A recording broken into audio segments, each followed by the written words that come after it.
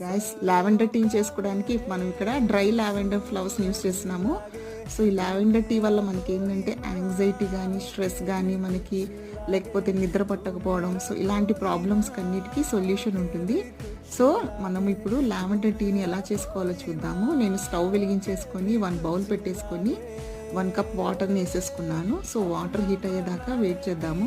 So ఈ lavender ఫ్లవర్స్లో మనకి మంచి అరోమా ఉంటుంది గైస్.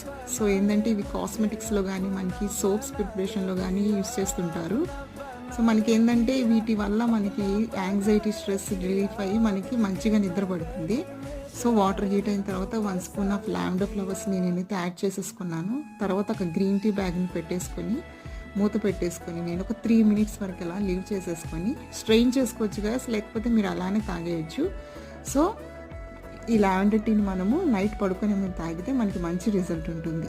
థ్యాంక్ యూ అండి.